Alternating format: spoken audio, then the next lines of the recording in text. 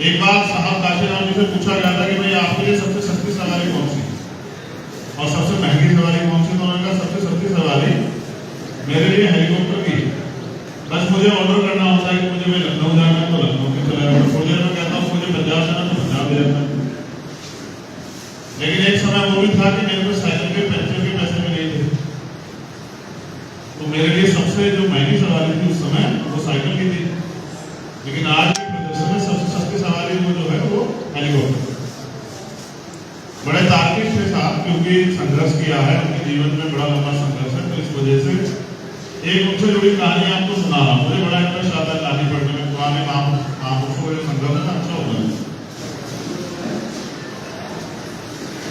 वो पहला ही कार्यक्रम होगा उस समय में रेलवे मेल सर्विस अर्थात आरएमएस में नौकरी करता था।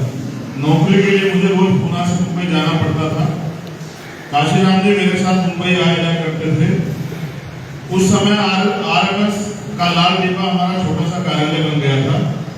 चलते ट्रेन में संगठन को बढ़ाने के लिए हमारी योजनाएं बनती रहती थी। काशीराम जी के पास पुणे मुंबई के का रेल पास था। दोनों अपनी साइकिल से पुणे रेलवे स्टेशन पर जाया करते थे। वहां साइकिल स्टैंड पर साइकिल रखकर महालक्ष्मी एक्सप्रेस से मुंबई रवाना होते थे।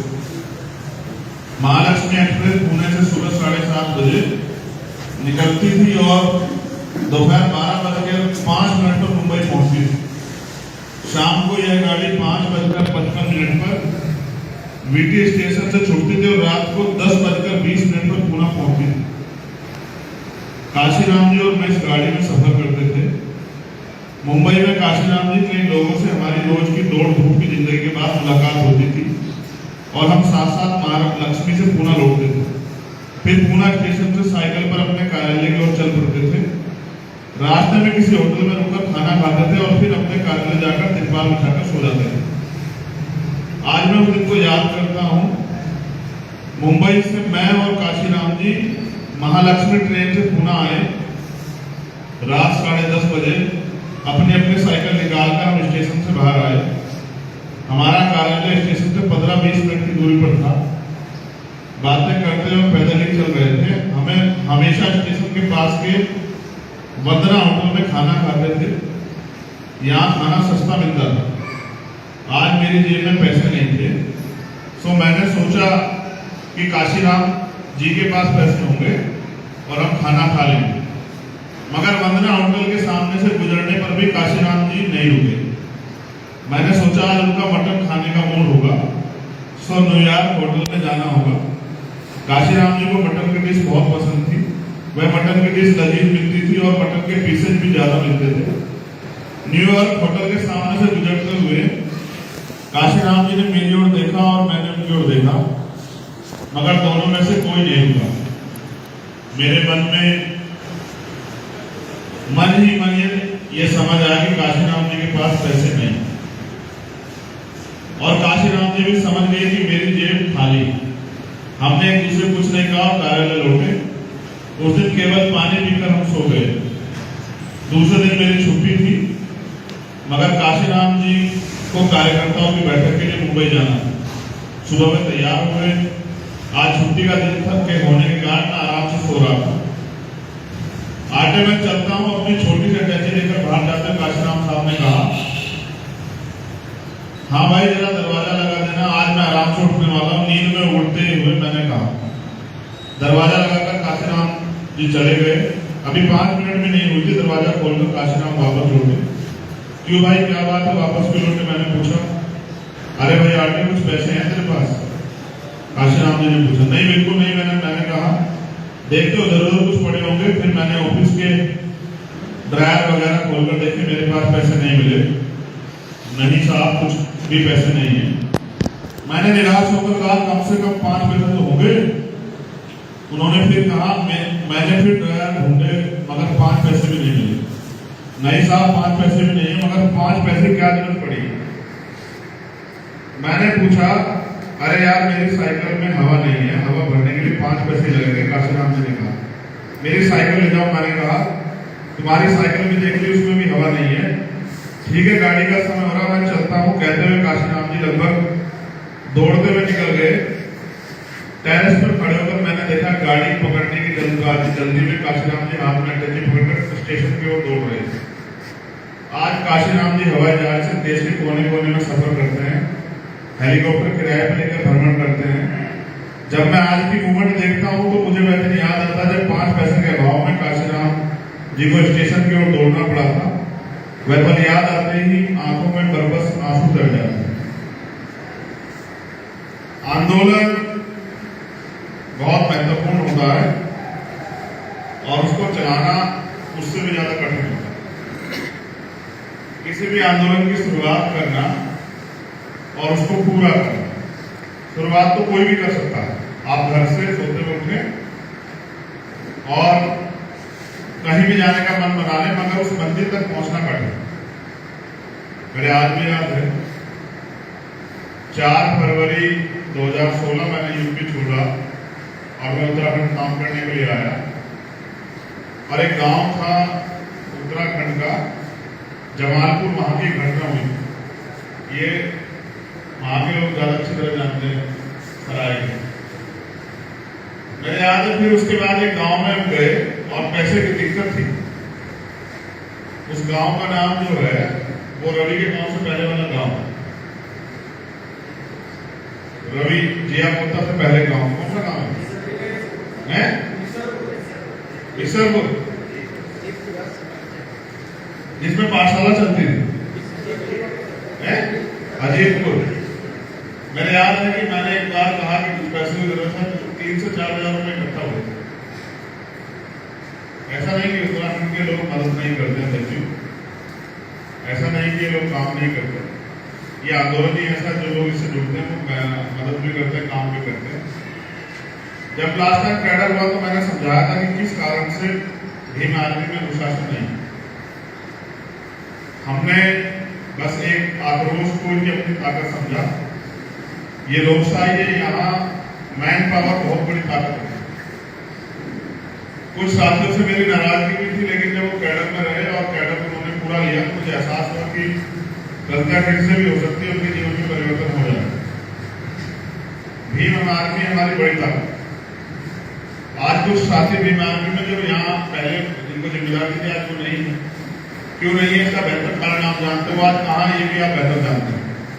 मैं तो क्योंकि वो इस परिवार से आते हैं, बहुजन समाज से, तो उनके लिए मंगल कामना ही कर सकता हूँ। मगर मैं आपको ये कहना चाहता हूँ कि भाई बिना कैडर के संगठन आगे नहीं बढ़े। उससे पहले माननीय राष्ट्रीय अध्यक्ष जी ने और इस मंच पर उपस्थित सभी साथियों ने लगभग अपनी अपनी बात रखी।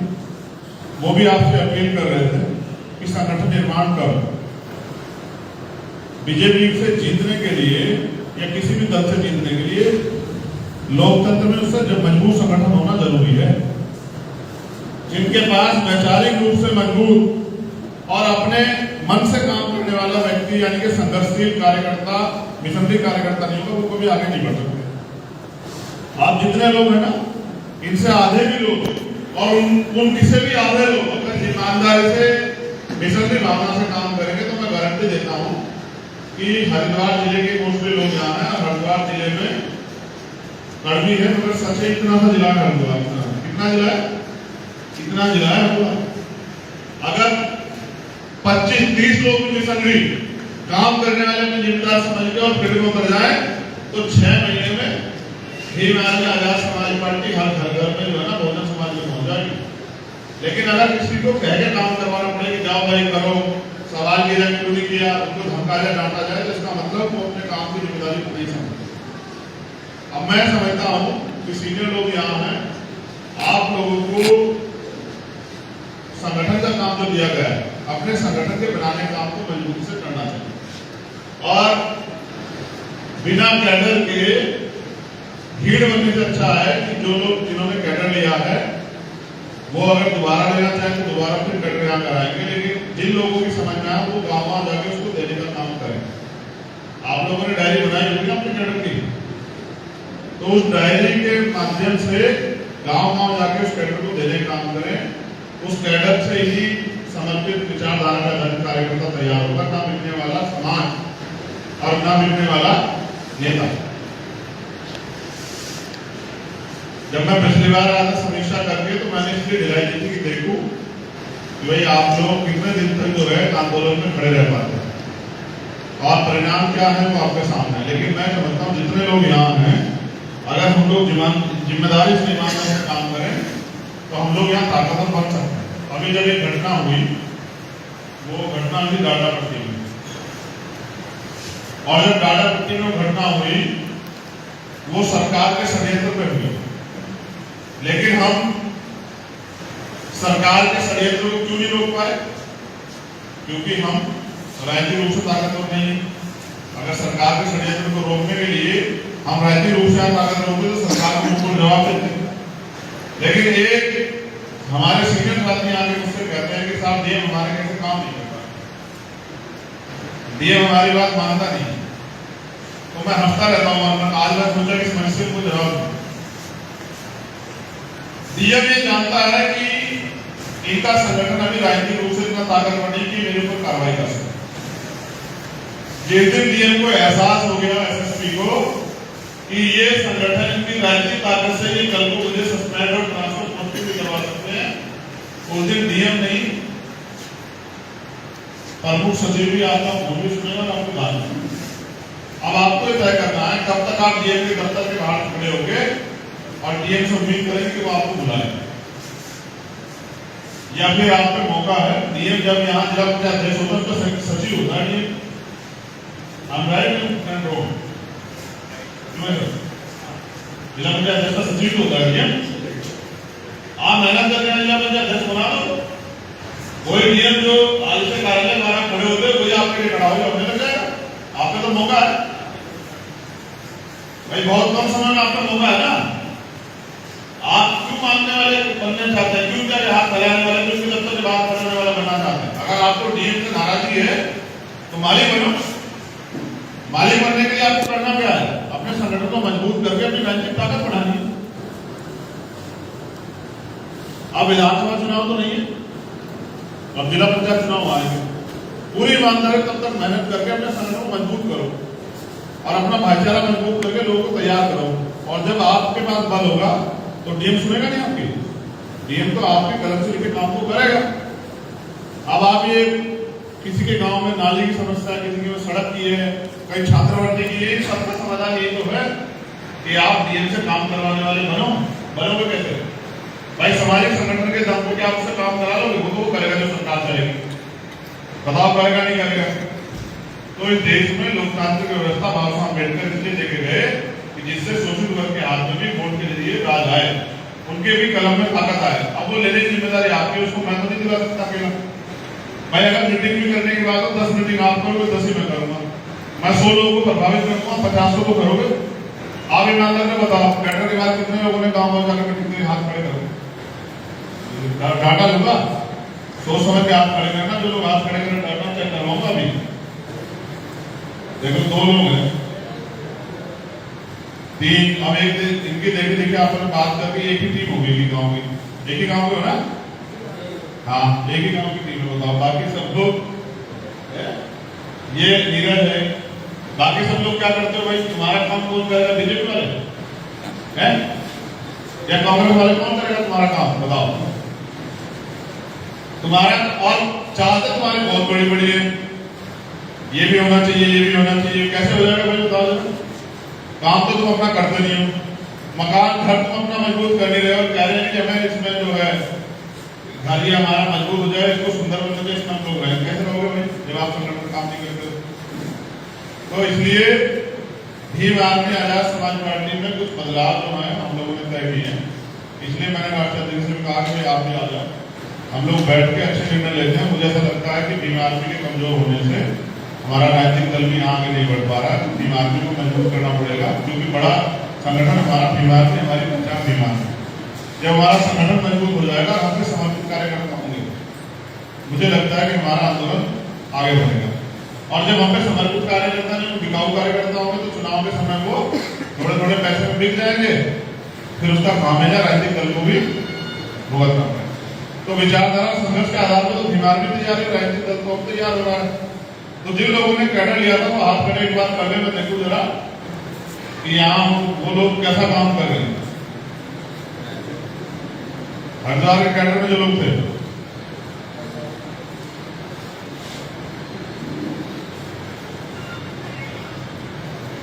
तो काम तो आप भी नहीं कर रहे हो, आप भी कैडर लेके घर ही बैठ रहे हो।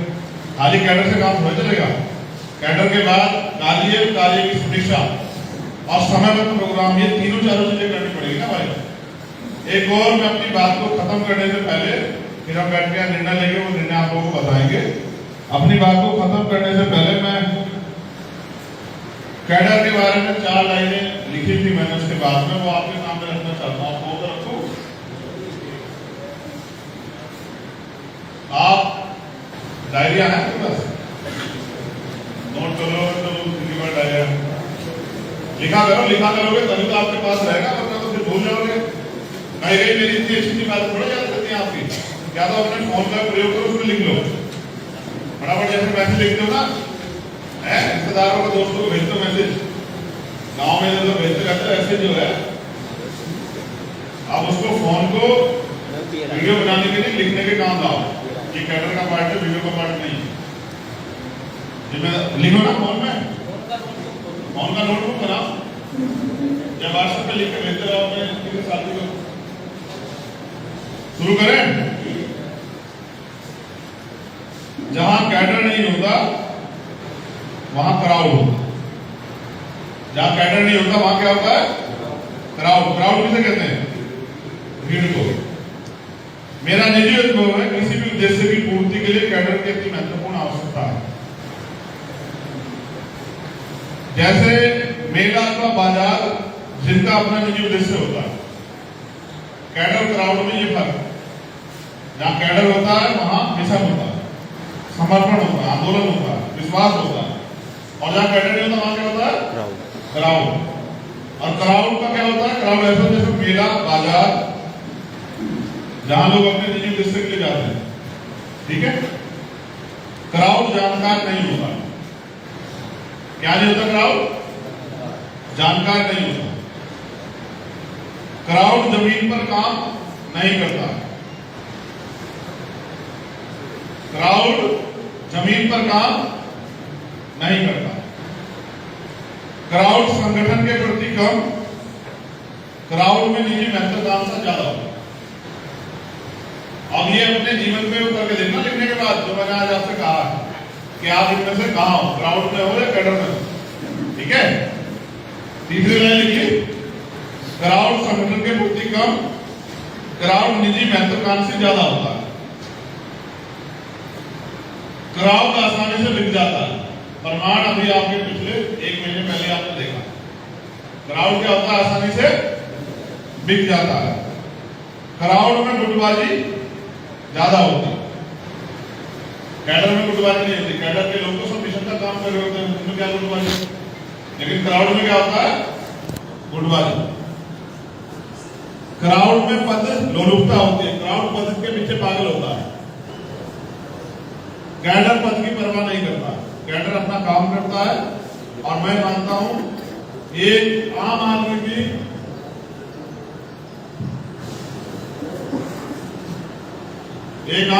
भी जो है ना, कैडर सीख के एक अच्छा कैडराइज मिशनरी वर्कर बन सकता है और समाज को तैयार कर सकता है।